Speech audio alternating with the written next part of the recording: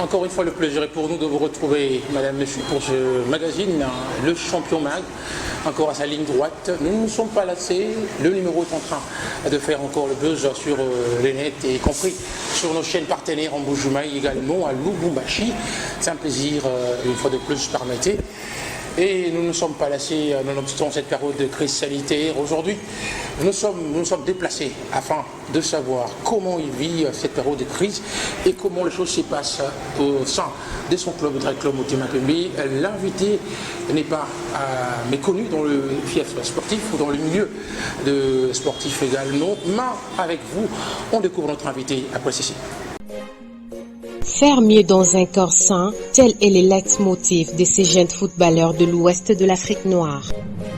La discipline dans le jeu et le cœur à lèvres reste le credo de l'Ivoirien. Né le 15 décembre 1994 à Abidjan, l'homme a fait la ronde des différents championnats qu'à Dubaï et les Congo-Brazza. Séduit par le football congolais, le sport roi, le joueur émigre au pays du fleuve Majesté et retrouve les Daring Club Motema Pembe, l'un des plus grands clubs du pays. Les débuts de l'international ivoirien n'a pas été du sésame. Pourquoi manque de compétition? La saison sportive 2019-2020 apportera la baraka aux natifs d'Abidjan, revenu sur ses jambes en faisant montre de son talent, le tout avec son pied gauche puissant. Spécialiste des balles arrêtées et bon porteur dans le rang central, les styles de l'Ivoirien et sa maîtrise dans les systèmes collectifs ont fait de lui un métronome au sein du club immaculé.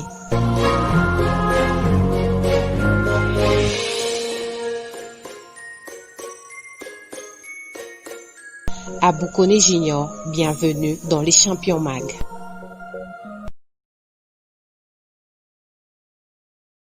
Junior connaît, c'est bien lui qu'on parle et la team KGC déjà sur place afin de couvrir notre athlète. Encore une fois, c'est un plaisir de nous recevoir dans ce cadre afin de parler sur vous. Je pense que le bonjour, le plaisir partagé, c'est un peu toujours un plaisir de pouvoir accueillir la presse sportive de ce pays. Je pense que je suis là pour répondre à vos questions. Moi également, je suis ravi d'être à vos côtés afin d'entrer dans le vif de notre magazine. Junior connaît, pendant cette période de crise sanitaire où tout est presque arrêté, y compris votre métier de jouer au ballon rond. Comment est-ce que vous vivez cette période de crise sanitaire? Comment ces confinements en tant qu'athlète, comment est-ce que vous faites pour garder votre forme? Je pense que déjà, c'est une crise dont on ne s'attendait pas du tout, ça peut tout le monde du tout. Et le vivre comme ça, c'est très difficile parce qu'on n'était pas habitué à ça en fait. On ne s'attendait pas du tout. C'est un truc qui a frappé tout le monde. Je pense que c'est vraiment difficile pour nous de le vivre en fait. Donc j'espère que ça va vite se résoudre pour pouvoir retrouver les trains. Et qu'est-ce que le staff technique ou vos préparateurs physiques ont prévu afin de maintenir votre carrure pendant cette période? Disons que de la façon dont ça s'est stoppé, après on pensait que ça allait, la pandémie allait vite se stopper, mais jusque là, il y a encore des cas et tout. Jusque là, je pense que nos dirigeants nous ont donné des directives à suivre. Je pense que personnellement, chacun essaie de faire de son mieux, essayer de s'entraîner comme il faut.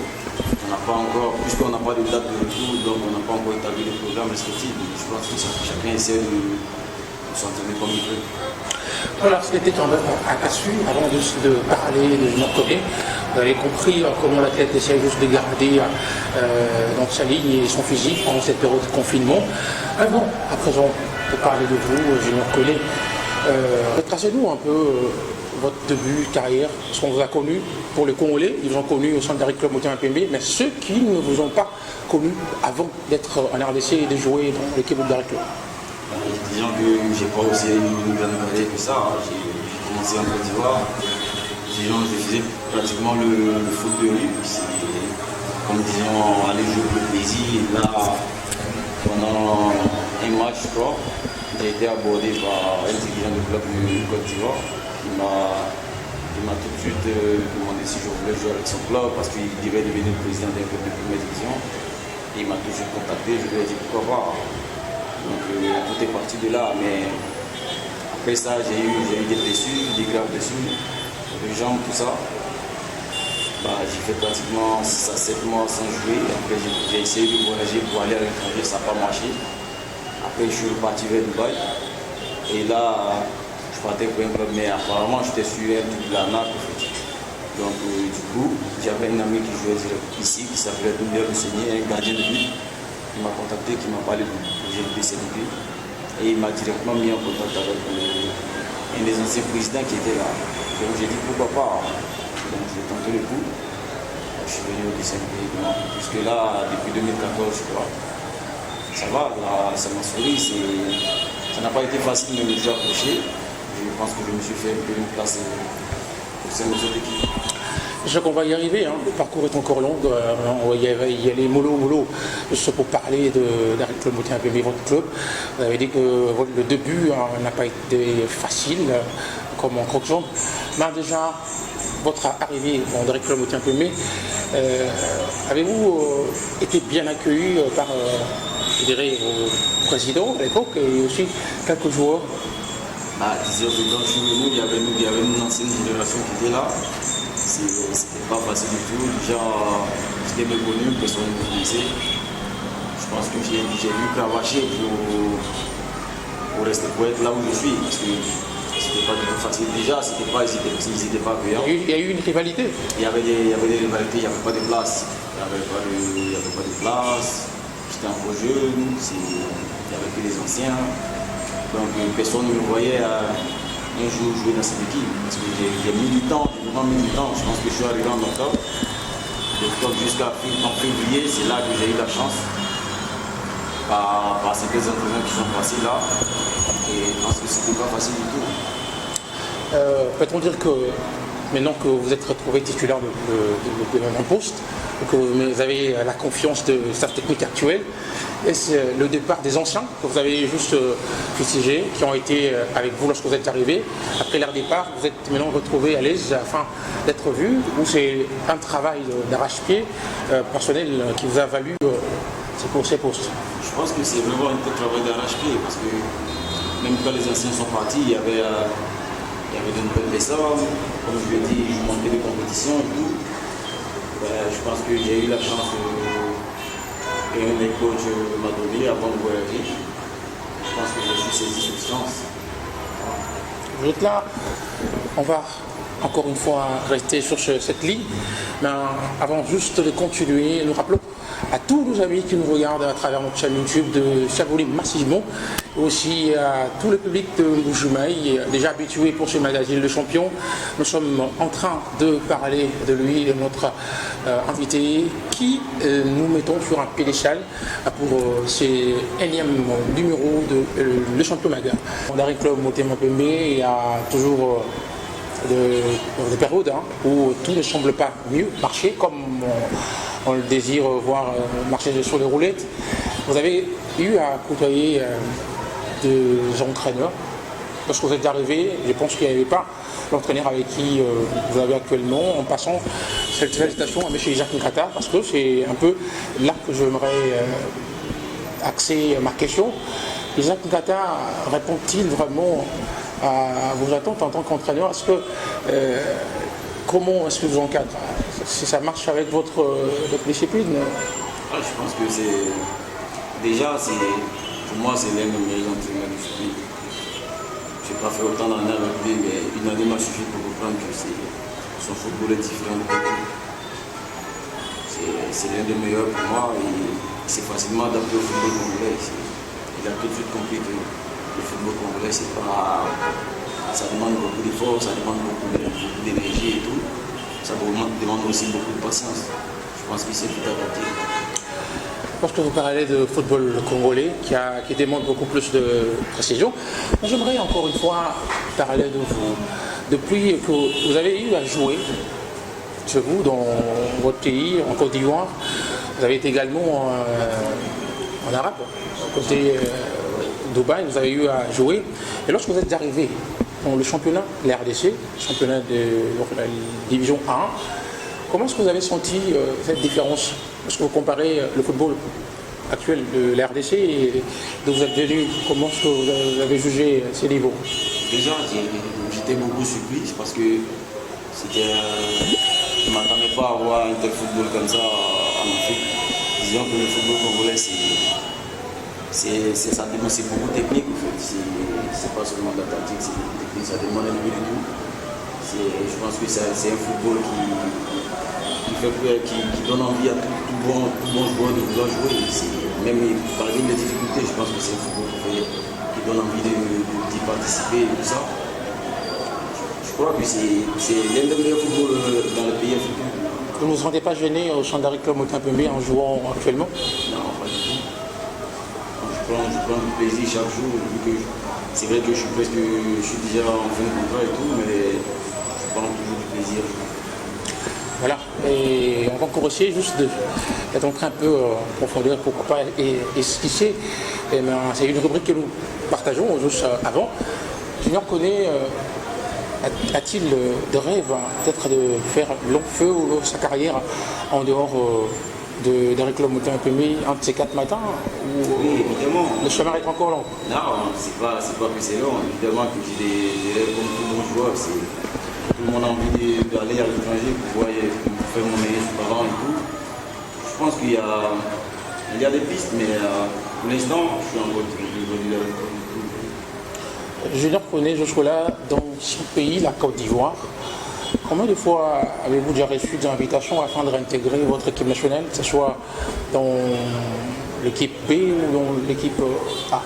Disons que je suis déjà international. J'ai été déjà international à l'espoir des U23 depuis 2016. La sélection, on a 4 sélections. Après ça, j'ai eu des blessures. Après ça, j'ai eu une saison difficile ici. Après, je n'ai pas été rappelé. Je suis passé à autre chose. Et si seulement qu'il arrivait peut-être que vous soyez peut-être rappelé, jours à venir, de se revenir sur les couleurs nationales en tant qu'international que vous êtes, comment est-ce que vous aurez à prendre cette décision? Je pense qu'il y a. Je l'attends depuis, je travaille pour ça, toujours rêve de jouer dans sa sélection nationale. J'attends depuis, je travaille dans la chimie pour ça. J'ai pas fermé la porte à aucune sélection, je suis disponible pour la sélection. Parce que nous sommes à la sélection, qui est un joueur dans votre équipe nationale, qui a été ou qui continue encore à jouer, qui est votre idole ou icône dans votre façon de jouer et de son façon de faire? Je dirais qu'il y a Touré. Pourquoi Touré? Parce qu'il y a eu encore d'autres éléphants qui ont fait la pluie et le beau temps dans leur carrière. Parce que disons que je suis fan des joueurs qui ont une bonne intelligence de jeu. Et il correspond au jeu. Le championnat de 30e numéro, mesdames et messieurs, on est encore là afin de parler de lui. Le temps est encore un peu bien ajusté. Quels sont vos maîtres d'armes 1 aujourd'hui convertis en caméraman?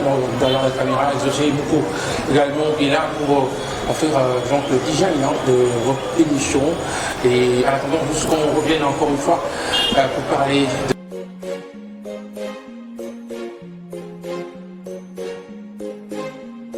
Qu'on le veuille ou non, on aime ou on n'aime pas, c'est un champion.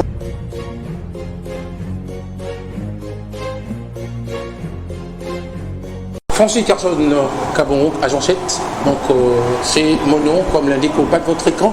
Je le reconnais, c'est lui qu'on reçoit, l'international ivoirien, qui évolue actuellement au sein d'un club Motin-Pembe, un des grands clubs de la RDC. Vous n'êtes sans le savoir. Je le reconnais le football. Vous avez eu à côtoyer de grands clubs en RDC. Vous avez joué avec le Mazembe qu'on met sur peut-être à la mêlée comme club actuellement en RDC, sans toutefois oublier l'un des grands clubs qui reste et qui restera l'éternel rival de d'un club, à savoir avec Club. Quels sont les souvenirs que vous gardez d'abord des derbies que vous avez eu à jouer avec Mazembe ou avec l'équipe de Vita? J'ai eu de bons souvenirs. On a perdu la plupart de nos débuts, mais je pense que j'ai de bons souvenirs. Sur ces dernières années, ça n'a pas été facile pour eux comme pour nous. Je pense que même s'ils ont gagné des matchs, ils les ont gagnés dans la difficulté. Quel est un match entre Daring et Vita qui restera inoubliable pendant votre parcours, dans vos souvenirs? C'est celui de cette année. de la phase aller du match retour. Et j'ai manqué le pénalty à la fin du match. Donner l'avantage à mon équipe et tout ça, ça va vraiment me rester à travers la gorge. Parce que vous-même, vous avez choisi cette rencontre, vous avez eu à louper un penalty qui pouvait peut-être changer la donne d'une rencontre. Comment vous êtes senti dans le vestiaire après ces penaltys manqués, qui a été peut-être la malchance qui reposait? Disons que c'était la première fois que je rate le penalty au final. Disons que c'était la première fois que je rate le penalty au final. Donc j'avais l'impression de trahir mes amis, j'avais l'impression d'avoir le ciel sur la tête et tout. J'étais carrément déçu au final. Et qu'est-ce que peut-être un public un peu moins discipliné, qui attend juste de voir une victoire? Vous avez été un peu gueulé vers la fin. Est-ce que ça vous a beaucoup plus travaillé sur votre... Oui, ça a été un moment très difficile. Hein. Je pense qu'un joueur comme moi qui a vécu beaucoup de trucs, il faut avoir le mental fort. Si j'avais pas le mental, je ne pourrais pas plus revenir. Parce que disons que les supporters ici sont très exigeants et tout. Mais disons que je suis un peu habitué au football congolais, donc je sais un peu comment ça fonctionne, je sais comment revenir, je sais comment me rattraper et tout ça. Mais du coup, il suffit d'une bonne action, d'une bonne chose pour que les gens essaient d'oublier. Et qu'on n'oublie pas d'un coup, mais je suis rattrapé le coup. Ça me vient en tête. Par moment, je le reconnais, il n'est pas un bon shooter de balle arrêtée comme penalty. Qu'est-ce qui vous a juste inspiré ce jour-là de prendre toute une charge?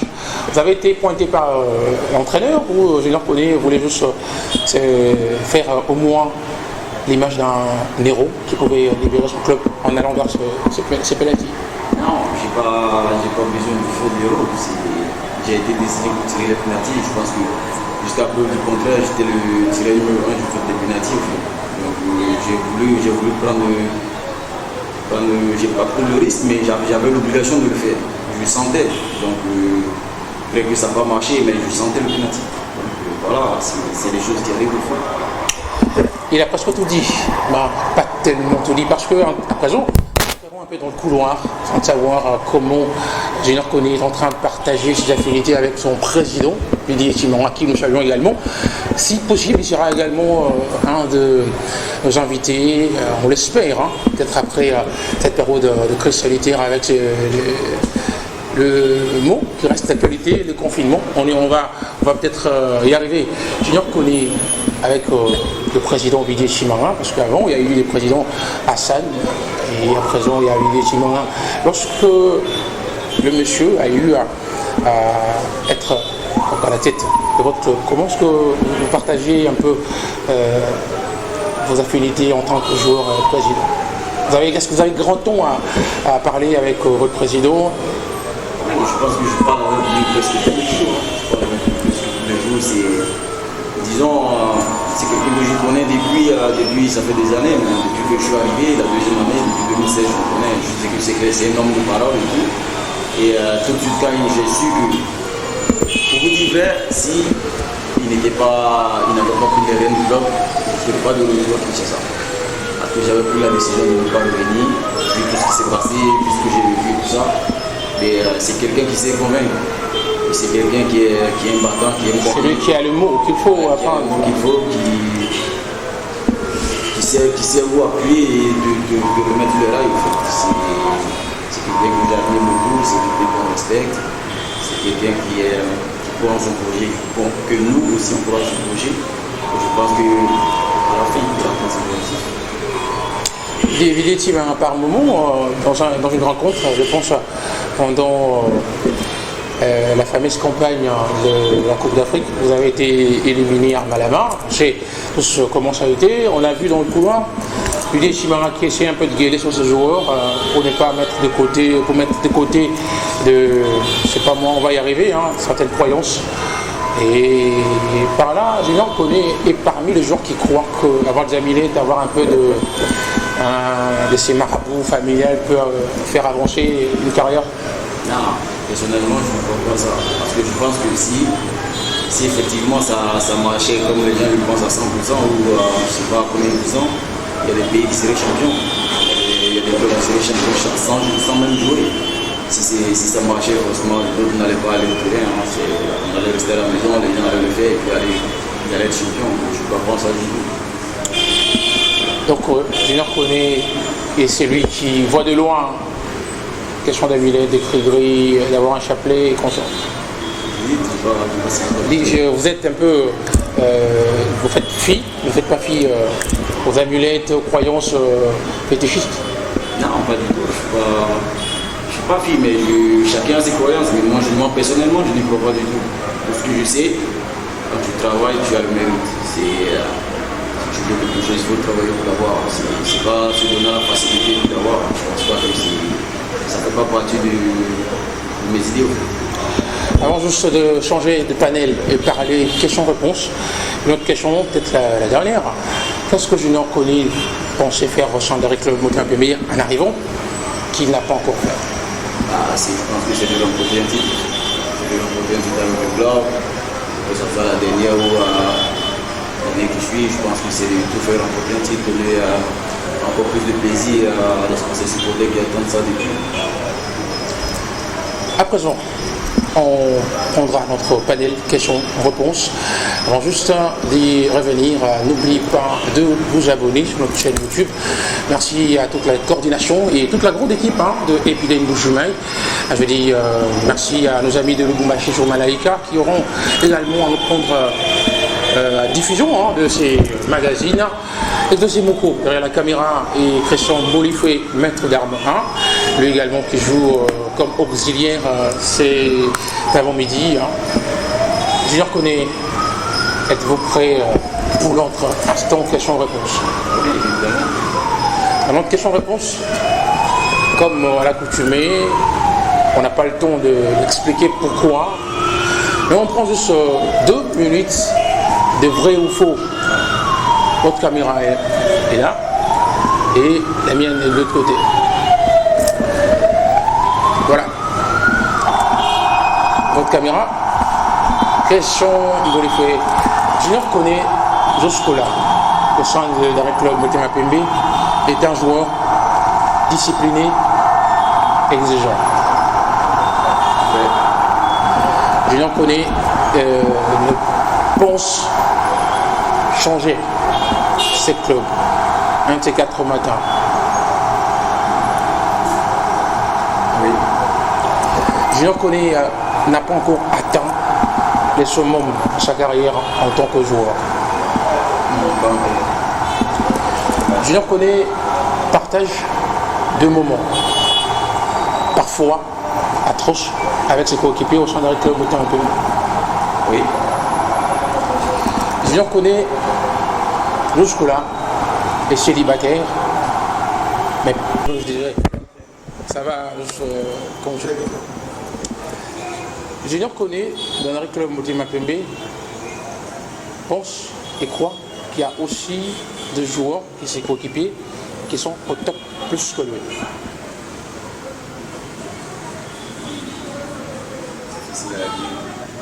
Oui. C'est vrai. Junior Koné partage de bonnes relations avec son entraîneur Isaac Ngata. Effectivement. Oui. Junior Koné est un peu fermé avec l'extérieur, je dirais un peu solitaire et assujetti à son travail. Oui. Junior Koné un joueur ivoirien qui évolue au sein de Darry Club, un club l'air laissé. Par moment, ces joueurs essayent ou tentent de mieux travailler. Mais les conditions actuelles dans son équipe ou dans son club ne lui permettent pas d'atteindre ses objectifs. Vrai ou faux? Junior Koné a connu, je dirais, des stars au niveau national, dans d'autres clubs. Je prends l'exemple d'un seul joueur. Il y en a autant. Moi, je prends juste un seul joueur. Et avec ce joueur, vous me direz vrai ou faux, vous êtes presque amis. Si pas, non. prend l'exemple d'un joueur, votre avant-centre. On est amis. C'est un ami. Vrai ou faux, vous partagez de bonnes relations avec. J'ai pas encore cité son nom. Je connais, c'est fini pour moi. Voilà. Lui-même l'a dit. J'aimerais juste me limiter par là, afin juste de vous laisser encore le temps de continuer votre préparation dans cette période de confinement et la crise sanitaire. On dit souvent, les athlètes, lorsqu'ils sont mariés, ils perdent un peu l'accent. Par là, parlons. Est-ce que Géant Mbele connaît, j'y arrive, est marié? Pas encore. Peut-être à venir. Bientôt. Voilà, c'est par ces messages de votre athlète que nous tirons juste le rideau. Mais la tradition est respectée, sera respectée. Junior connaît votre caméra. Et juste là, un message que vous adressez à votre président, Vidi Timonga, qui vous suivra déjà. On est très content de supporter bien et tout. On a hâte de le revoir et tout. C'est vrai que c'est des moments difficiles qu'il est plus éloigné de nous et tout ça. Mais je pense que c'est un homme de parole. C'est quelqu'un qui a toute notre confiance. Je pense que c'est respect. Merci beaucoup, c'est un plaisir de vous recevoir. Également à Darla, donc c'est une raison spéciale. Merci également à José Mouko derrière la caméra, pourquoi pas à Mons Panda Mosengo qui nous regarde à travers notre magazine. Ciao.